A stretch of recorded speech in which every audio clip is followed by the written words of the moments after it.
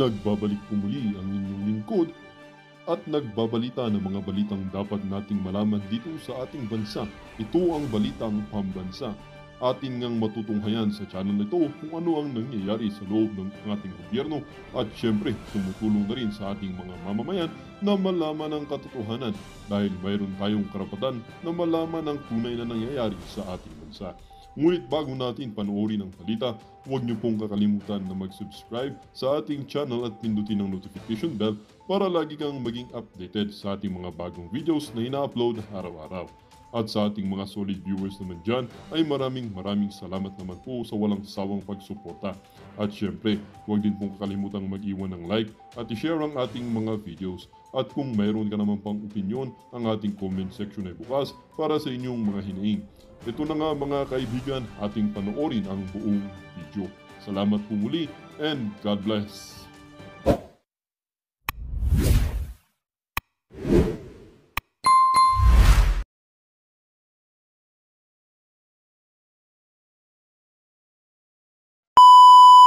Meron kayong i-share sa amin dito kung ano yung mga hindi nyo malilimutang trending na mga in-expose ko back in 2024 at syempre yung mga pinakamainit na pinag-uusapan at ano ba sa tingin ninyo, ano ang inyong maikomento. So, we'll see kung sino ang nandito. Jane, are you ready, Jane?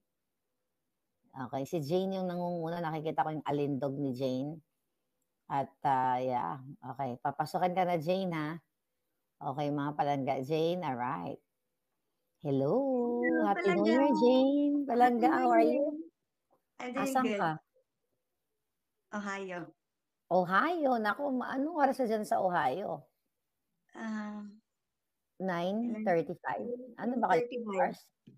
9:35. 10:35. 10:35. Yep. Kumusta ka naman, Jane? Kumusta ang New Year natin? Mamaya magluluto ka ba? Pupunta akong Tiffin. Magsi-celebrate kami sa sister-in-law ko. So, yan. Anong potluck mo?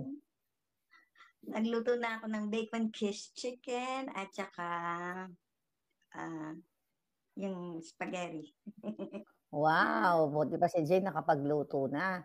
Ayan, dahil ang ating, ang ating live ngayon, Jane, ako thank you at naakyat ka, ay balik ka now. By the way, kailan ka pa nanonood dito sa ating Boljakan? Hello, my dear. I've been your 2015 pa, simula pa. I know your journey. Oh my God, thank you palaga. 2015 yes, pa. Yes, I know. At lahat ng mo, tama yun. Lahat. At talagang thank you. Yeah, thank you so much. Thank you, Jane. So ano yung naalala mong 2023 na talagang sa tingin mo nagpakabog sa mga bangag? Yung mga topic natin na pinag-uusapan dito. Yung dasinghot. Dasinghot. Marami yun. Dasinghot, yung Idea Leaks. Siya is bangag. Bangag talaga. Yung talaga. Yung pagsinghot talaga niya. Ako, first-hand experience ko, that si Bongbong talaga, bata pa ay talagang bangag na yan. Nagsisinghot yan. Because my dad is nag-work sa kanyang tatay. At ang dad ko yung talagang yung security ng dad ko yung nag-aaral sa PSG? PSG po? So ibig sabihin, mga kababayan, ayan po yung ating link ha, sa mga gustong pumasok ha. So bibigyan ko kayo ng time, ayan yung ating link, mamaya umakyat kayo. Interesting. So, bata pa lang, bata ka pa rin nun, sa daddy mo? Ang dad ko kasi nag-work, ang dating dad ko ay nag-work, siya sa anti-smuggling sa Palawan. Palawan, sa gobyerno? Sa Palawan, sa gobyerno, which is the anti-smuggling. Kaya yan, pati yung tulpo na yan, isa pa rin yan. Kawatan yan sila, kawatan yan talaga ever since. Kasi yung ang tatay nila, yan yung yung Colonel Tolpo na yan. Kasi yung tatay nila, sige madam, magkwento ka para i-verify natin dito sa record na hawak ko. So, pag Yes. si Kasi Bangbong my muna, dad si worked at si the Bangag muna. anti-smuggling, which is the Anti-Smuggling Action Center, which is the PAOK now. Pero PAOK na-dissolve na yun Mhm. dahil pagka ano yung kay Cory, dinisolve na ni Cory yun nung nawala na yung May, ano, oh. may magbe-verify dito sa mga pinag-uusapan natin. So, tika muna dun kay Bongbong Bangag, bata pa lang, alam mo na nag-a-addict dahil yes, because kinukwento my sa iyo dad, ng tatay mo. Mhm. because my dad, siya yung PSG ng daddy ko. Oh Sila, my kaya God. maliliit pa yan sila, mga bata pa yan sila. Binabatukan na yung natatay ko yan si Bongbong. Talagang tamad yan. Talagang tamad. Talagang ngayon, puro ano lang, party-party, cooking. Oo. Ano yung natatandaan mo, Palangga, Jane, na kinukwento ng daddy mo sa inyo? Siyempre, nung time na yun, hindi naman lumalabas. For sure, Kasi sinasabihan nung time na yung martial law pinadala sila sa sa London Okay. So, yun talagang tinatime ng daddy ko sa akin na doon sa London, doon sila pinadala. Tapos, yun, palagi talaga, ayaw talaga, talagang, loko-loko nga, gago, alam mo yun. So, bata pa lang, Talagang, mga kababayan, bata mga pa palangga. lang. So, kung Bata matatandaan pa niyo, lang. ano yung kwento exactly, kung marirecall niyo yung kwento ng daddy niyo, ng father niyo during that time, na bangag si Junior, maalala mo ba kung ano yung kwentong kinuwento sa inyo? Na talagang tumitira siya. Pumupunta siya doon tapos yan yung, naalala mo yung, sino ba to yung Rolling Stone? Rolling Stone? Yun yung Yung band. di ba may na sinabi niya meron siyang from, yung, di ba yun na sinasabi na, a very, from the Philippines. A very prominent personality, very powerful, son of ganito, ganyan. Ayun, yun, mga barkada niya yan, talagang nag-ano yan siya. So, mga ilang taon ka nun, madam, nung time na kinukwento ng father mo? Anong taon na ako? Kasi, that was, kasi yung time na nun, kasi 80s? Kasi kwento niya, nung bumalik na lang siya, kasi nawala kasi ang dad ko from 19, teka lang, anong year ba ako nung, kasi grade 5 ko yung last, grade 5 kasi ako nung last na nawala yung whereabouts ng dad ko kasi yun yung pinadala ni President yung dad ko na pinadala po saan? Sa London? May mission siya. May mission? Kasi, may mission. Na nawala yun, na whereabouts, wala kami. Ilang months nawala yung tatay niyo? From, ano ba yan, grade 4. So, siguro, grade 4 ako. From grade 4 hanggang nag-high school ako nawala yun, no whereabouts. Kasi, pero yung daddy ko is, yun nga, yung sa anti-smuggling siya sa Palawan. Nawala yung tatay niya. Paano nawala? May mission? Hindi kumontak sa inyo? Wala kaming whereabouts. Balita? Nagtatanong kami yan sa opisina nga ng sa office ng anti-smuggling. Nag-write pa yung mami ko kay Enrile. Kasi during that time, si Enrile yung sa Department of, sa defense, di ba? Defense. Sa defense siya. Ayan. Tapos, nagsulat din yung mami ko sa Human Settlement, pati sa Department of Justice. Sumulat ang mami ko. Tinatanong no whereabouts of my dad. Sabi nila, wala daw silang alam. Pero okay. yun. So, nakabalik po ba yung tatay nyo? nakabalik 1983 pagka ng high school ko, pagka ko nung Ano daw ang sabi niya? Ba't siya nawala? Bakit walang message? Kasi pinadala siya nga ng because of the May very mission. Pero nalaman niyo kung ano yung mission. Ayan nga, naging siya yung naging Interpol ng siya ang Interpol, naging ng Pilipinas. Interpol siya to the yung ng drug sa cartel. Sa mga cartel. So, but ang bottom line, bata ka pa lang talaga, narinig mo na yan si Marcos Jr.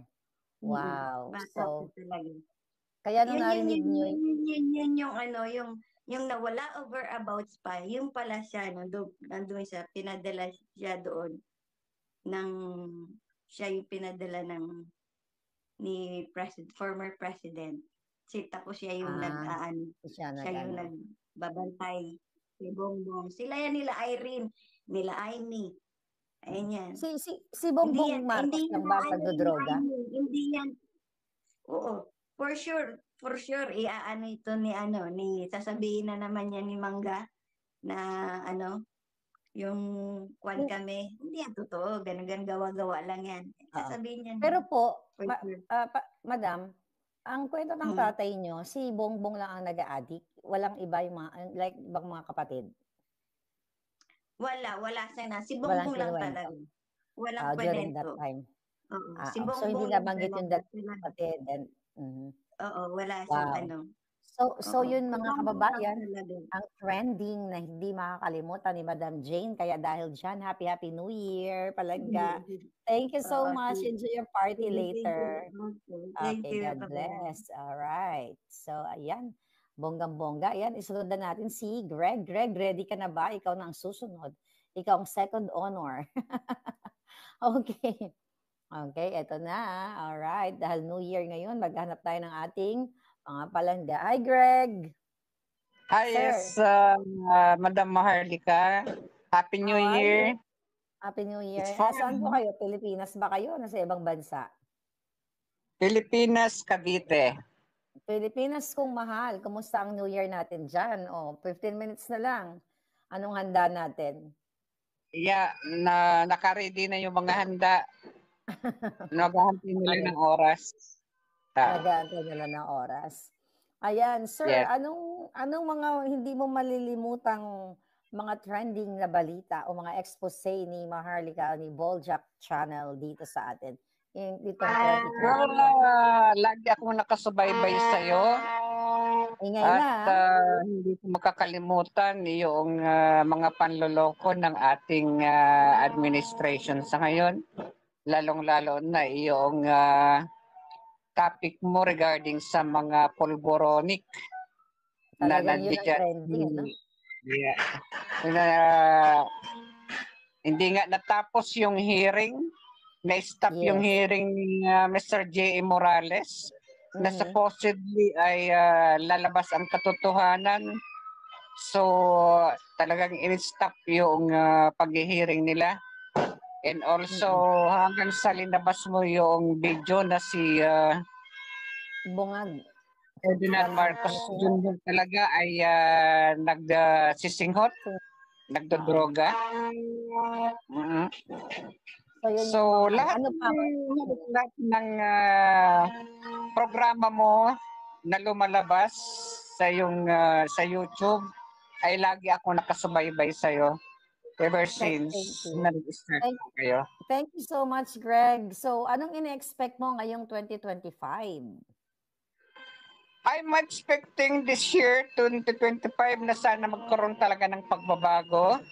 So, I am expecting the whole Filipino people na talagang kailangan na nating mag-alsa to para talagang na ang bangag na gobyernong to at galit na ang taong bayan.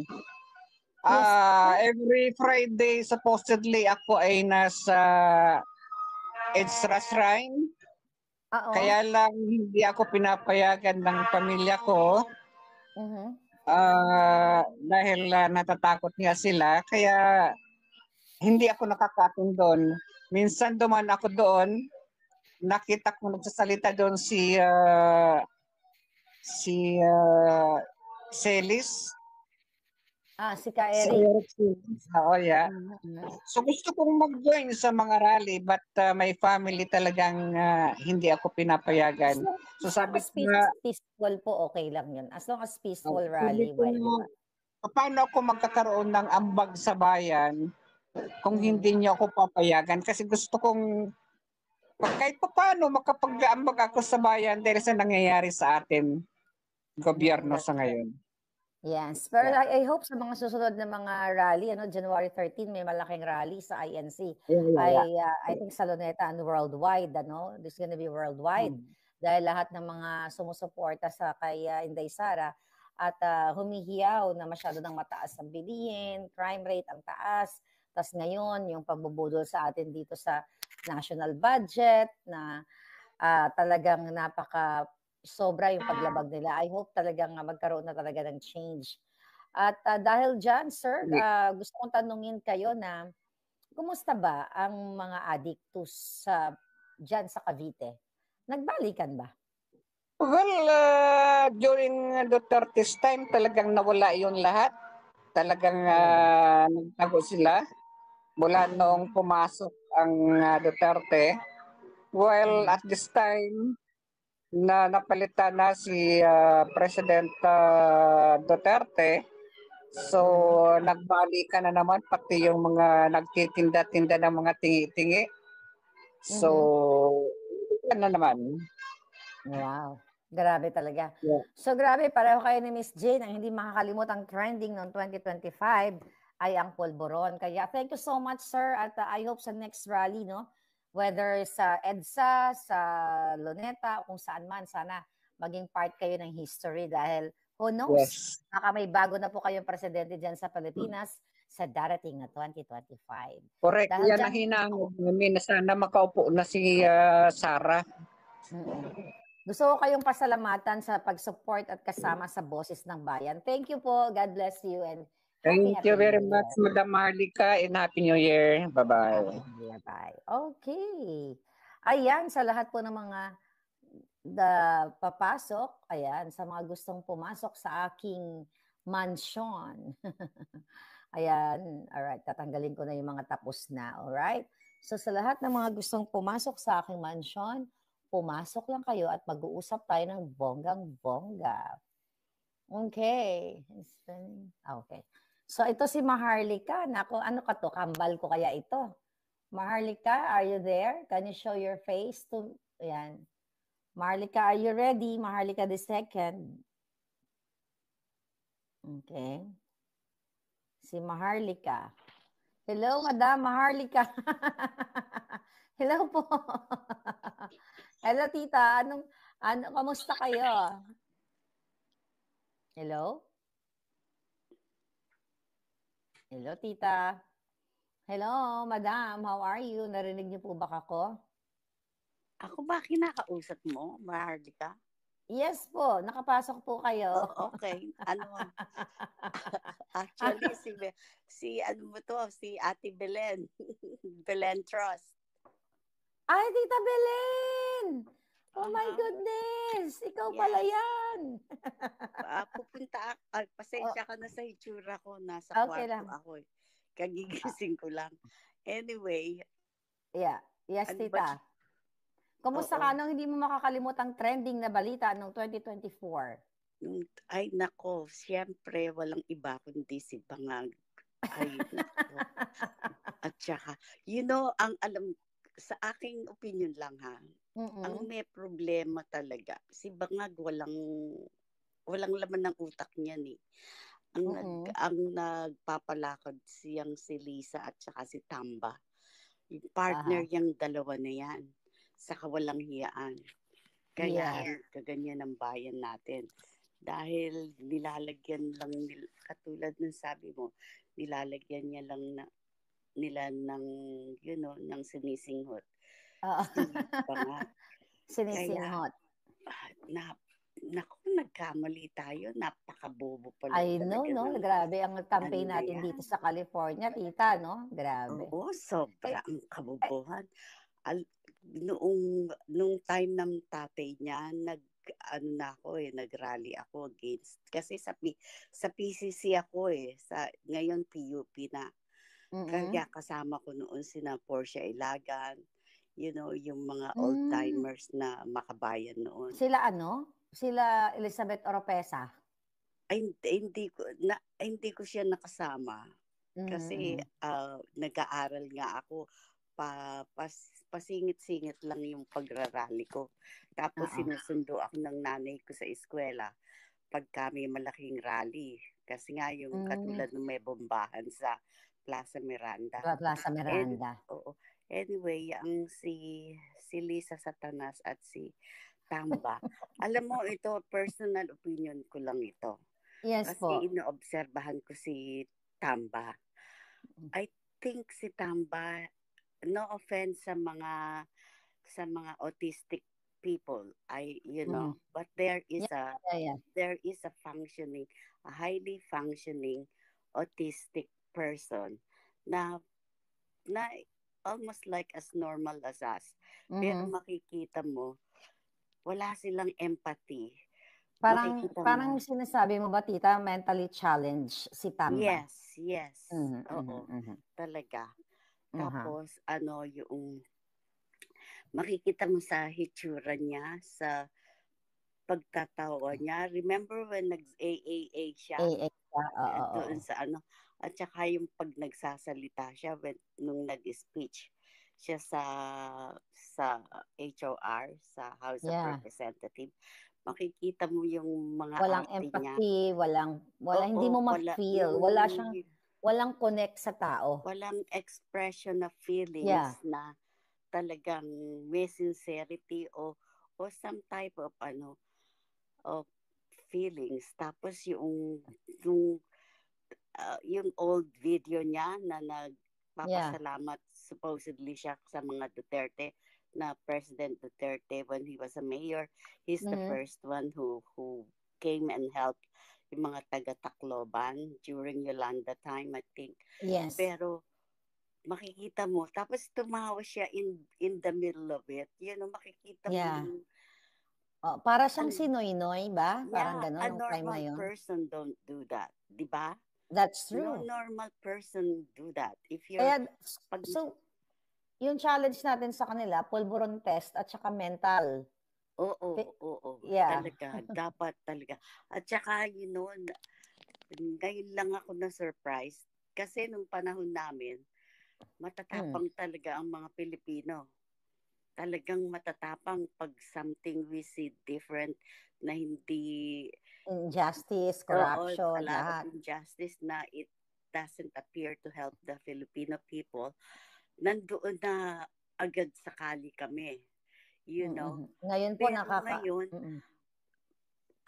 my goodness, ikaw nakikiusap ka na sa mga tao, yung mga ibang vloggers and other people na are seeing the government, the corruptions in the government, nananawagan na, and still the people wala silang care.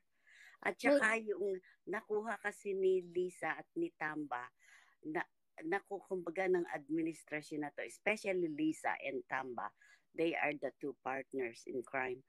Nakuha nila yung kahinaan ng Filipino ngayon na everybody wants to get rich fast, as quick as they can. They want to be rich. Kaya yung pera, which is pera is the root of all evil. Nakuha ni Tamba at Lisa yung kahinaan ng Pilipino when it comes to money.